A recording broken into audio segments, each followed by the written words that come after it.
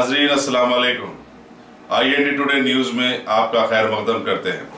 आइए देखते हैं ये तफसीलात। तो मुंबई मिरर की न्यूज़ के ऊपर ट्वीट किया था कि रिटायर्ड जज साहब का दिल में ये मोहब्बत है और ये पूरा इरादा उन्होंने किया कि वो इलेक्शन लड़ना चाह रहे हैं, तेलंगाना के असेंबली इलेक्शन।